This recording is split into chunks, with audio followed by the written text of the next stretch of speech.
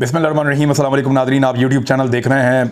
मैं इमरान खान हूँ। बहुत सारी खबरें आपके साथ शेयर करनी है। सबसे पहले पाकिस्तान तहरीक इंसाफ ने अगले इंतखाबात के लिए अपना बयानिया बनाना शुरू किया है।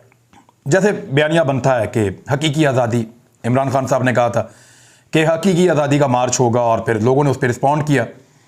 जैसे एक बयानिया बना था वोट को इज़्ज़त दो, जैसे अब नून लीग एक और बयानिया बनाएगी सच्चा कौन है झूठा कौन है, इस किस्म का।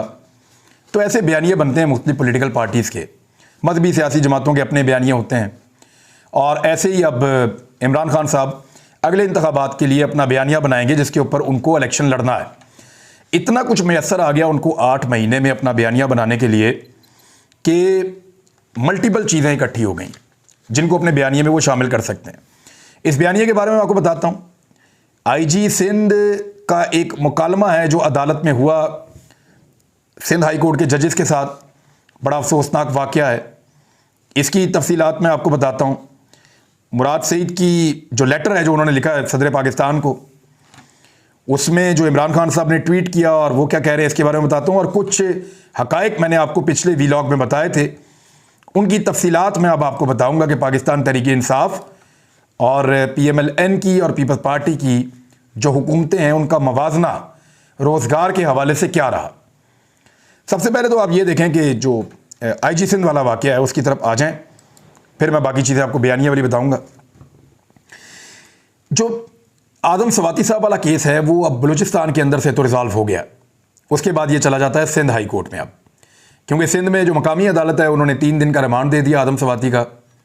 और आपको पता है कि कितना दबाव रहता है इस किस्म के केसेस में। लेकिन एक बात तो आप याद रखिएगा कि शरीफ ख़ानदान जब कभी इंसाफ लेने का फैसला कर ले तो दुनिया की कोई ताकत उन्हें इंसाफ लेने से नहीं रोक सकती, बल्कि दुनिया की सारी ताकतें उनको इंसाफ देने पर लग जाती हैं। शरीफ ख़ानदान का फ़र्द होना चाहिए, सिर्फ खून उनके अंदर वही वाला होना चाहिए। शरीफ ख़ानदान का कोई फ़र्द जब ये फैसला कर ले कि उसको इंसाफ चाहिए तो इंसाफ दहलीज पे मिलेगा। फिर दुनिया की कोई ताकत नहीं रोक सकती उनको इंसाफ लेने से। अब नवाज शरीफ साहब ने इंसाफ लेने का फैसला किया और इस्लामाबाद हाई कोर्ट से रुजू करेंगे वो और अपने केसेस के खिलाफ अपील करेंगे। 3 साल तक वो पाकिस्तान में नहीं थे, इलाज करवाने के लिए बाहर गए थे। एक दिन भी वो किसी अस्पताल में एडमिट नहीं हुए और भले चंगे गए थे भले चंगे आ रहे हैं। अब गो कि वो कुछ कमज़ोर थे जिस्मानी तौर पे। जेल की सऊबतें सब लोग बर्दाश्त नहीं कर सकते, सब नहीं कर सकते और किसी को क्लेम भी नहीं करना चाहिए कि वो कर सकता है, क्योंकि मुश्किल होता है तन्हाई के अंदर। लेकिन मियां नवाज शरीफ साहब पाकिस्तान से बाहर चले गए थे एक डील के नतीजे में, और अब पाकिस्तान वापस आ रहे हैं इलेक्शन के लिए। एक बयानिया तो वो नया बनाएंगे, लेकिन उससे पहले उनको अदालत से अपनी मर्ज़ी का इंसाफ चाहिए। और फिर मैं कहूँगा कि शरीफ ख़ानदान जब फैसला कर ले कि उन्होंने इंसाफ लेना है तो फिर उनको हमा वक्त इंसाफ दस्तयाब रहता है। वो जब चाहें जिस तरह का चाहें उस तरह का इंसाफ हासिल करते हैं और दुनिया की कोई ताकत उन्हें इंसाफ लेने से मना नहीं कर सकती। लेकिन दूसरी जानिब जो आदम सवादी का केस है वो अदालत के अंदर अब वो चला गया है जनाब सिंध की कोर्ट में, हाई कोर्ट में। वहाँ पे उठाया उनके वकला ने। तो अदालत की जानिब से IG सिंध गुलाम नबी मेमन को हदायत दी गई कि जहाँ जहाँ मुकदमा दर्ज हुए हैं तमाम SSP को बुलवाएं। सिंध में जहाँ जहाँ मुकदमे दर्ज हुए बुला लें सारे SSP को। अगर तमाम मुकदमात की वजाहत पेश नहीं की गई तो आपके खिलाफ कार्रवाई की जाएगी। तमाम FIRs का अंग्रेज़ी तर्जमा लेकर आए। IG सिंध ने कहा कि हमें मोहलत दी जाए। वैसे ये काम तो आधे घंटे का है, आधे घंटे में तर्जुमा हो जाता है और आप पुलिस को आगाह करें तो वो फौरी तौर पे पहुंच जाती है शाम तक, तो सुबह अदालत में आ सकते हैं। जस्टिस करीम खान आगा ने जवाब दिया कि नहीं, कोई मोहलत नहीं दी जाएगी, कल तक तमाम FIRs लेकर आए। बिल्कुल मुनासिब टाइम दिया उन्होंने। तहकीकात बहुत ही ख़राब हैं। अदालत की जानिब से रिमार्क्स दिए गए कि पुलिस हाथ खड़े कर लेगी तो आम शहरी क्या करेगा। सवाल तो बहुत इंपॉर्टेंट है और बिल्कुल ठीक है। इस पर IG सिंध ने जवाब दिया कि हमारा यकीन करें, हम काम कर रहे हैं। आप कह रहे हैं कि आपको IG सिंध पर यकीन नहीं है, मेरे लिए यह काफ़ी तकलीफ दे बात है। ये तो ऐसा लगता है IG साहब सोच कर आए होते कि उन्होंने ऐसी बात करनी है अदालत में जाकर। बहरहाल अदालत की जानिब से कहा गया कि आपको दिलचस्पी नहीं है तो इस्तीफ़ा दे दें। IG सिंध ने जवाब दिया कि मैं क्यों इस्तीफ़ा दूँ, हम अदालत की इज़्ज़त करते हैं, अदालत भी हमारी इज़्ज़त करे। इज़्ज़त वाले काम करें ना, फिर अदालत इज़्ज़त करेगी। काजी इंसाफ करेगा उसको दुनिया और आखिरत दोनों में कामयाबी मिलेगी, अल्लाह रब्बुल इज़्ज़त भी खुश होंगे और काजी की इज़्ज़त आपको करनी पड़ेगी। आप अच्छे काम करेंगे आपको इज़्ज़त मिलेगी, आप नहीं करेंगे आपको इज़्ज़त नहीं मिलेगी। जब आप एक वकूए के बहुत सारे मुकदमा दर्ज कर लेंगे जो कानून के ख़िलाफ़ है, आपको कौन इज़्ज़त देगा? जब आप 75 साल के सेनेटर को कुछ ताकतवर लोगों के कहने पे अपने सूबे में घसीटेंगे तो आपको कौन इज़्ज़त देगा? तो इज़्ज़त करें और इज़्ज़त करवाएं, ये तो आपके ऊपर सादिक आता है। आईजी सिंध साहब, आईजी सिंध ने कहा कि मैं पूरे सूबे की पुलिस की सरबराही कर रहा हूं, मैं कोई एसएचओ नहीं हूं, आईजी हूं। अब ये उनको बताना पड़ रहा है अदालत में आगे, तो बहुत ही मायूस कुन सूरत हाल है सिंध की पुलिस की, और गैर ज़रूरी तौर पे बड़े ऑफेंसिव हुए हैं। और ये बदकिस्मती है सिंध की कि सिंध के अंदर ऐसा लगता है कि पुलिस को इस्तेमाल करते करते एक पॉलिटिकल विंग में तब्दील कर दिया है आसिफ अली जरदारी साहब ने। और अब वह उस तरह की ज़बान बोलते हैं अदालत में जाके जिस तरह की ज़बान ब्यूरोक्रेट को ज़ेब नहीं देती, या पब्लिक सर्वेंट को ऐसी ज़बान ज़ेब नहीं देती। ऐसी ज़ुबान अगर पॉलिटिशियंस बोलें तो एक अलग बात है, लेकिन ब्यूरोक्रेट्स को, पुलिस को, इंतज़ामिया के लोगों को ऐसी ज़ुबान ज़ेब नहीं देती। अदालत इसके ऊपर सख्त एक्शन भी कर सकती थी और मुमकिन है कि अदालत की जानिब से सख्त एक्शन आ भी जाए। अब आ जाए पाकिस्तान तहरीक इंसाफ जो बयानियाँ बना रही है उसकी तरफ के बयानियाँ एक्चुअली है क्या और किस तरह का बयानिया वो तैयार कर रहे हैं। चंद चीज़ें पाकिस्तान तहरीक इंसाफ ने सामने रखी हैं जो बयानिए का हिस्सा बनाई जाएंगी। यानी जो बदउनवानी है, करप्शन है, उसको सामने रखा जाएगा, बयानिया का हिस्सा बनाया जाएगा। जो मईशत की तबाही है, इन दो चीज़ों को सामने रखा जाएगा। नंबर एक करप्शन और मईशत की तबाही, ये दो चीज़ें मेन बयानिए में शामिल होंगी। और पीडीएम हुकूमत की नैब और इंतखाबी तरामीम को बयानिए में रखा जाएगा। ये जो इन्होंने NRO 2 हासिल किया है और करप्शन, ये सारी चीज़ें इनको रखा जाएगा बयानिए में। ये जो होशरुबा महंगाई हो गई है पाकिस्तान में, तकरीबन हर चीज़ दुगनी तिगनी कीमत पे मिल रही है, और जो इंसानी हुकूक की खिलाफ वर्जियाँ हो रही हैं, इनको भी बयानिया में शामिल किया जाएगा। हकीकी आज़ादी का एक अंसर है, उसको हमेशा पाकिस्तान तहरीक इंसाफ अपनी बयानिए में प्रायोरिटी देगी, उसको तरजीह देगी। जबकि साथ ही साथ जो नाकाम पॉलिसियाँ हुकूमत की, जो बिल्स बढ़ते चले जा रहे हैं लोगों के, इलेक्शन कमीशन का जो जानिबदार रवैया है, इमरान खान साहब के ऊपर जो एक बड़ा अफसोसनाक और जानलेवा हमला हुआ है, ये सारा कुछ बताया जाएगा पाकिस्तान तहरीक इंसाफ के बयानिए में। एक मुवाजना भी शामिल किया जा रहा है कि तहरीक इंसाफ के दौर में मईशत कैसी थी और आज मईशत कैसी है, इसके ऊपर भी बयानिया खड़ा किया जाएगा। लेकिन कुछ चीज़ें मज़ीद आई हैं, वो भी मैं आपके साथ शेयर कर दूं, क्योंकि ये बहुत बड़ा सब्जेक्ट है, चीज़ें मज़ीद आती रहती हैं, मैं आपके साथ शेयर कर देता हूं। लेकिन इमरान खान साहब ने एक ट्वीट किया है जिसमें मुराद सईद साहब ने जो लेटर लिखा प्रेसिडेंट ऑफ पाकिस्तान को, आरिफ अलवी साहब को, उन्होंने कहा मेरी चीफ जस्टिस ऑफ पाकिस्तान से इस्तदा है कि इस खत के मतन और मंदरजात का नोटिस लें। बदकिस्मती से हमारी मुअज़्ज़िज़ अदलिया की अदम मुदाखलत के बायस पहले ही सेनेटर आज़म सवाती इंसानी हुकूक की बदतरीन खिलाफ वर्जियों का निशाना बन रहे हैं। अदलिया की मुदाखलत नहीं हुई और उसकी वजह से ये हो रहा है, इमरान खान साहब कह रहे हैं। और ये पाकिस्तान के अंदर आम लोग भी यही कह रहे हैं कि अदलिया अगर इसमें मुदाखलत करे तो आज़म सवाती वाले मामले में जल्दी इंसाफ हो सकता है, लेकिन ये नाइंसाफ़ी बढ़ती चली जा रही है। इमरान खान साहब ने एक और बात भी की है, उन्होंने कहा कि फ़ौज समेत कौमी सलामती के इदारों, अदलिया को सोचना होगा हम कहाँ खड़े हैं। देखिए, सोचना तो सारे इदारों को चाहिए, लेकिन इन इदारों से, ख़ास तौर पे पाक फ़ौज से और जो एस्टेब्लिशमेंट है, इमरान खान साहब को उनसे उम्मीद नहीं रखनी चाहिए, बल्कि इनका किरदार पाकिस्तान की सियासत में से अब ख़त्म होना चाहिए। मुतालबा सिर्फ ये होना चाहिए कि आज के बाद आप तहैया करें कि आप पाकिस्तान की सियासत में किरदार अदा नहीं करेंगे। यही सबसे अच्छी बात है। और इनको किसी किस्म की किसी की भी मदद नहीं करनी चाहिए, चाहे वो PMLN की हो, पीपल्स पार्टी की हो, PTI की हो, फजलुर रहमान की हो, किसी भी जमात की मदद पाकिस्तान की फ़ौज को या इदारों को, एस्टेब्लिशमेंट को नहीं करनी चाहिए। इनको बिल्कुल अपने आप को इन सारे मामलों से बाहर रखना चाहिए। अगर कोई हुकूमत के खिलाफ एहतजाज कर रहा है तो उसके खिलाफ मैदान में आने की ज़रूरत नहीं है। और अगर कोई हुकूमत आपको पसंद भी है तो उसको ऐसी सपोर्ट देने की ज़रूरत नहीं है जिसमें उसको बचाने की कोशिश की जाए।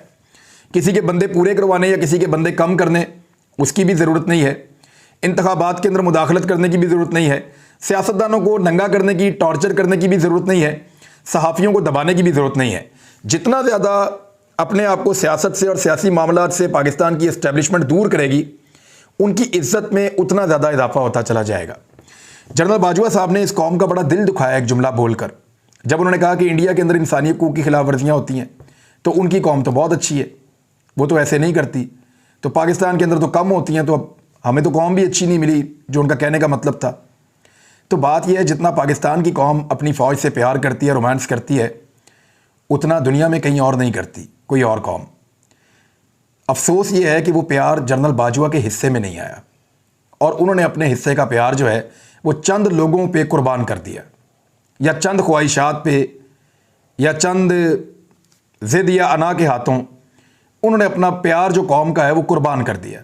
वरना ये कौम कितना प्यार करती है, ये परवेज़ मुशर्रफ से पूछिएगा। ये कौम कितना प्यार करती है, ये बात आप राहील शरीफ साहब से पूछिएगा। ये कौम कितना प्यार करती है, इजाजुल हक साहब मौजूद हैं, ज़ियाउल हक के बेटे, उनसे पूछिएगा। जितने पाकिस्तान में आर्मी चीफ हैं या जितने भी ऑफिसर्स हैं, जितने फौजी हैं, उन सबसे पूछिएगा कि ये कौम कितना प्यार करती है फ़ौज से। जनरल बाजवा साहब, आप एक एक्सेप्शन थे और आपको बदकिस्मती से वो प्यार नहीं मिला जिसकी आप उम्मीद कर रहे थे कौम आपको करेगी, और वो अपने हाथ से आपने अपने लिए ये सारी सूरत-ए-हाल बज़ाहिर जो दिखाई दे रहा है वो पैदा की है। आप ना सियासी बयानात देते, ना इन चीज़ों में मुदाखलत करते, तो इस सूरत-ए-हाल का आपको सामना ना करना पड़ता। इमरान खान साहब ने फिर भी ये कहा है कि जो इस वक्त की माशी सूरत-ए-हाल है वो बड़ी खौफनाक है और इंतखाबात ही इस वक्त पाकिस्तान को इससे निकाल सकते हैं। मुल्क की तारीख में हालात कभी इतने ख़राब नहीं थे। उन्होंने कहा सारी कौम को पता होना चाहिए कि हम किधर जा रहे हैं, और वो इदारों से ये तवक्को कर रहे हैं कि वो इस वक्त होश के नाखून लें। और जो ज़िद की जा रही है ना कि इस्टेब्लिशमेंट को ये वादा किया हुआ है नवाज शरीफ से माजी में कि इमरान खान को नाअहल करेंगे, आपके लिए गुंजाइश निकालेंगे, अगर ये तजर्बे दोबारा करने हैं और अभी भी सियासत के अंदर रोल प्ले करना है, इसको नाअहल करो, इसको अंदर करो, इसको बाहर करो, इसकी मकबूलियत ज़्यादा है थोड़ी कम करो, इसकी हुकूमत बनती भी है तो बैसाखियों के साथ बनाओ, किसी को इंडिपेंडेंट नहीं होने देना, कोई मजबूत हुकूमत पाकिस्तान में ना बन जाए, ये सारे तजर्बे जो माजी में हुए हैं अगर अभी भी करने हैं तो फिर इस मुल्क का कुछ नहीं बनेगा, ये मुल्क आगे नहीं बढ़ पाएगा। अगर इस मुल्क को आगे बढ़ाना है तो इसको तजर्बा गाना बनाएं। जो तजर्बे किए जा रहे हैं वो तजर्बे अब बंद कर दें। मईशत के हवाले से मैंने आपसे कहा था, तो एक टेक्सटाइल फोरम के सर्वे के मुताबिक मुल्क भर में 15 लाख टेक्सटाइल मुलाजमीन बेरोज़गार हो चुके हैं। 15 लाख। मैंने आपको बताया था पिछले वीलॉग में कि ब्रेन ड्रेन हो रहा है पाकिस्तान से। बहुत बड़ी तादाद में लोग पाकिस्तान से बाहर जा रहे हैं नौकरियां ढूंढने के लिए। लगभग 7.5 लाख की मैंने तादाद आपको बताई थी। डॉक्टर्स हैं, इंजीनियर्स हैं, सॉफ्टवेयर इंजीनियर्स हैं, IT एक्सपर्ट्स हैं, मुख्तलिफ शोबों के अंदर जो शानदार काम करने वाले लोग हैं वो पाकिस्तान को छोड़कर पाकिस्तान से बाहर जा रहे हैं। और सिर्फ गुज़िश्ता 8 महीनों की कारकर्दगी ये है मौजूदा हुकूमत की कि इस मुल्क के अंदर 15 लाख टेक्सटाइल मुलाजमीन बेरोज़गार हो चुके हैं। ये कितनी बड़ी बदकिस्मती है पाकिस्तान की। 60% आपकी टेक्सटाइल इंडस्ट्री जो है फैसलाबाद में है, और वो वहाँ बता रहे थे फैसलाबाद के जो सनतकार हैं कि हमारी 40% के करीब इंडस्ट्री चल रही है, बाकी 60% बंद हो गई है। कराची में है वो भी बंद हो रही है, लाहौर कसूर सराउंडिंग में बंद हो रही हैं। तो ऐसी सूरत में 15 लाख मुलाजमीन बेरोज़गार हो गए हैं 7 महीनों के अंदर। नए लोगों को नौकरियां क्या मिलेंगी? लोग पाकिस्तान से छोड़ के बैरून मुल्क नौकरियों की तलाश के अंदर जा रहे हैं, और वो लोग जा रहे हैं जो सरमाया होते हैं किसी मुल्क का, टेक्निकल लोग, एजुकेटेड लोग जो मुल्क को आगे बढ़ाते हैं, middle class, upper middle class. उनको इतनी मायूसी हुई है इस 7-8 महीने के दौर में। वैसे तो उनको क्या मायूसी हुई है, पाकिस्तान में जो भी किसी आला ओहदे से रिटायर होता है सबसे पहले पाकिस्तान से बाहर जाता है, चाहे वो ब्यूरोक्रेट हो, चाहे वो सियासतदान हो, चाहे वो सहाफ़ी हो, जज हो, जर्नैल हो, कोई भी हो, सारा पाकिस्तान से बाहर। और जो यहाँ पे अहम ओहदे पे काम करता है वो इस नतीजे पे पहुंचता है कि मैंने इस मुल्क को ऐसा बना दिया अब ये रहने के काबिल नहीं है, निकलो इत्थों। फैमिली लेके वो गए, सारे के सारे निकल जाते हैं। बड़ी बदकिस्मती है पाकिस्तान की, जिसका दाव लगता है निकल जाता है। अब गुज़िश्ता 3 सालों के दौरान 55 लाख नई मुलाजमतें पैदा हुई हैं। ये रिपोर्ट है पाकिस्तान तहरीक-ए-इंसाफ की। मैं रिपोर्ट में आपको बताता हूं कि पाकिस्तान तहरीक-ए-इंसाफ ने 55 लाख मुलाजमतें पैदा की हैं 3 साल के अंदर। अगर इस तरह से आप देखें तो औसतन या एवरेज 18,40,000 से ज़्यादा मुलाजमतें एक साल में पैदा की है पाकिस्तान तहरीक इंसाफ ने। तहरीक इंसाफ ने कितनी मुलाजमतें पैदा की एक साल में, ये याद रखिएगा, 18,40,000 ये तहरीक इंसाफ ने पैदा किए हैं हर साल। पीपल्स पार्टी ने 2008 से लेकर 2013 तक अपने 5 सालों में कितनी मुलाजमतें पैदा की, औसतन या एवरेज 14 लाख मुलाजमतें हर साल पैदा की हैं। यानी पाकिस्तान तहरीक इंसाफ ने 18,40,000 एक साल में, हर साल। पीपल्स पार्टी ने 14 लाख मुलाजमतें हर साल। PMLN ने, जो सबसे बड़े दावेदार हैं कि हमने पता नहीं पाकिस्तान में कितनी तरक्की की है, 2013 से लेकर 2018 तक अपने 5 सालों में 11,40,000 मुलाजमतें पैदा की हैं। यानी अगर आप इसको देखें तो 4,40,000 मुलाजमतें हर साल ज़्यादा पैदा कर रही थी PTI पीपल्स पार्टी की निस्बत, और 7 लाख इजाफी मुलाजमतें पैदा कर रही थी पाकिस्तान तहरीक इंसाफ नून लीग की निस्बत। यहां से आपको अंदाजा हो जाना चाहिए कि किसने पाकिस्तान को कितना अच्छा चलाया है। और एक बात तो मैं आपको बताना ही भूल गया कि पीपल्स पार्टी के दौरे हुकूमत में आलमी इन्फ्लेशन आई थी और एक बदतरीन सैलाब भी पाकिस्तान में आया था, याद है ना आपको। इसके बावजूद पीपल्स पार्टी ने PMLN के 5 साल से ज़्यादा मुलाजमतें दी हैं। और इमरान खान साहब के दौरे हुकूमत में कोरोना आ गया था, जब पूरी दुनिया लॉकडाउन लगा के घर बैठ गई थी। इसके बावजूद उन्होंने इन दोनों से ज़्यादा मुलाजमतें दी हैं। तो इस फ़र्क को अगर आप देखें तो पाकिस्तान की जो सबसे बदतरीन हुक्मरानी रहती है रोज़गार के हवाले से, वो नून लीग की, उससे बेहतर पीपल्स पार्टी की, और सबसे बेहतर पाकिस्तान तहरीक इंसाफ की। अब तक इतना ही। अपना ख्याल रखिएगा, अपने चैनल का भी। अल्लाह हाफिज़।